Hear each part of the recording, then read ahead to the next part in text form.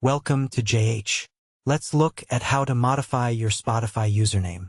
First, is it actually possible to change it? The answer is no. Your Spotify username cannot be altered because it functions as a permanent ID for your account on their servers. Just as people have distinct fingerprints, every Spotify account has a unique username for organization and identification, which is why there isn't a setting to edit it. However, the name shown on your profile is actually your display name. This is the name you are allowed to change whenever you like, and it's what others see on your profile and playlists. You can locate this display name in the upper right corner of the desktop application or within the settings menu on your mobile device. To update it, open the Spotify app and go to Settings by clicking the gear icon. Choose the View Profile option at the top of the screen.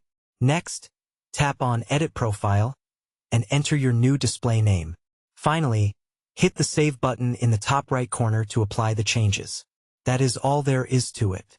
Thanks for watching.